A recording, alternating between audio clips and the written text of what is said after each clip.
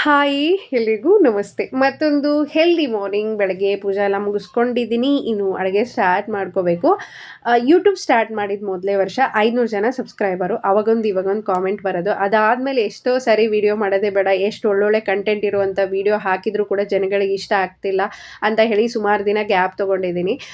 But ನಿಜವಾಗ್ಲೂ ಒಳ್ಳೆ content ಇದೆ, ಇಲ್ಲಿ ಹಾರ್ಡ್ ವರ್ಕ್ ಇದೆ ಅಂದರೆ ಸ್ವಲ್ಪ ಲೇಟಾಗಿ ಆದರೂ ಜನಗಳ ಪ್ರೀತಿ ಸಿಕ್ಕೇ ಸಿಗುತ್ತೆ. ಇತ್ತೀಚೆಗೆ ಹಾಕುವಂಥ ಪ್ರತಿಯೊಂದು ವಿಡಿಯೋಗೂ ನೀವು ಹಾಕುವಂಥ ಕಾಮೆಂಟ್ಗೆ ನಾನು ಚಿರಋಣಿಯಾಗಿದ್ದೀನಿ. ನಿಮ್ಮ ಪ್ರೀತಿಗೆ ನಿಜವಾಗ್ಲೂ ಅಷ್ಟು ಒಳ್ಳೊಳ್ಳೆ ಕಾಮೆಂಟ್ ಬರ್ತಿದೆ. ನಿಮ್ಮ ಪ್ರೀತಿ, ನಿಮ್ಮ ಸಪೋರ್ಟ್ ಹೀಗೆ ಇರಲಿ ಅಂತಲೇ ಕೇಳ್ಕೊಳ್ತೀನಿ. ಇನ್ನು ಹೆಂಗಾದರೂ ಬದುಕ್ಬೋದು ಅಂದರೆ ಯಾರಾದರೂ ಬದುಕ್ತಾರೆ. ಬಟ್ ಹಿಂಗೇ ಬದುಕಬೇಕು, ಇದೇ ಥರ ಡಿಸಿಪ್ಲಿನ್ ಆಗಿರುವಂಥ ಲೈಫನ್ನು ಕಳೀಬೇಕು ಅನ್ನೋದಿದೆಯಲ್ಲ, ಅದು ಸ್ವಲ್ಪ ಕಷ್ಟ. ಸೊ ಒಂದು ಸರಿ ಇದರಲ್ಲಿ ಇಳಿದು ನೋಡಿ, ಆಮೇಲೆ ನೀವು ಇದರಿಂದ ಹೊರಗಡೆನೇ ಬರಲ್ಲ. ಅಷ್ಟೊಂದು ಆರೋಗ್ಯ, ನೆಮ್ಮದಿ ಸಿಗತ್ತೆ ನಮಗೆ. ಸೊ ಸ್ವಲ್ಪ ಕಷ್ಟ ಆದರೂ ಕೂಡ ತುಂಬ ಹೆಲ್ದಿ ಆಗಿರುವಂಥ ಲೈಫನ್ನು ನಾವು ಕಳೀಬೋದು.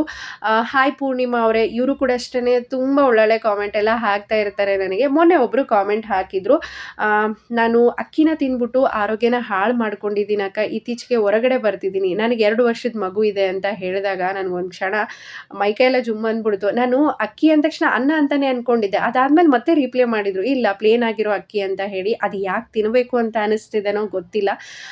ಎಷ್ಟೇ ಹೆಲ್ದಿಯಾಗಿರೋ ಊಟ ತಿಂದರೂ ಕೂಡ ಎಷ್ಟೊಂದು ಸಮಸ್ಯೆಗಳನ್ನು ಹೊತ್ಕೊಂಡು ತಿರುಗಾಡ್ತಿದ್ದೀವಿ. ಬಟ್ ಅಕ್ಕಿನ ತಿಂದು ಅದು ಹೆಂಗಿದ್ರಿ ಅನ್ನೋದು ಗೊತ್ತಿಲ್ಲ. ಇಷ್ಟು ದಿನ ಹೇಗೋ ಕಳೆದಿದ್ದೀರಾ. ಸೊ ಇವಾಗ ಗೊತ್ತಾಗಿದೆ, ನಾನು ಚೇತರಿಸ್ಕೋಬೇಕು, ನನ್ನ ಮಗಳಿಗೋಸ್ಕರ ನನ್ನ ರುಟೀನ್ನ ನಾನು ಚೇಂಜ್ ಮಾಡ್ಕೋಬೇಕು ಅನ್ನೋದು ನಿಮ್ಮ ತಲೆಯಲ್ಲಿ ಬಂದಿದೆಯಲ್ಲ, ಖಂಡಿತ ಅದೊಂದು ಕೆಟ್ಟ ಗಳಿಗೆ ಅಂತ ಮರೆತುಬಿಟ್ಟು ಹೆಲ್ದಿಯಾಗಿರುವಂಥ ಲೈಫನ್ನು ಸ್ಟಾರ್ಟ್ ಮಾಡಿ. ಸ್ಟ್ರಾಂಗ್ ಮೈಂಡ್ಸೆಟ್ಟಿಂದ ಖಂಡಿತ ಇದರಿಂದ ಹೊರಗಡೆ ಬರ್ತೀರಾ. ನೆಮ್ಮದಿ, ಆರೋಗ್ಯ ಅನ್ನೋದು ಸಿಕ್ಕೇ ಸಿಗುತ್ತೆ. ಸೊ ನಿರಂತರವಾಗಿ ಪ್ರಯತ್ನ ಪಡಬೇಕು ಅಷ್ಟೇ. ನಿಮಗೆ ದೇವರ ಆಶೀರ್ವಾದ ಇರಲಿ ಅಂತಲೇ ಕೇಳ್ಕೊಳ್ತೀನಿ. ಬೇಗ ಚೇತರಿಸ್ಕೊಂಡು ಹ್ಯಾಪಿಯಾಗಿರುವಂಥ ಲೈಫನ್ನು ಕಳೀರಿ. Please subscribe.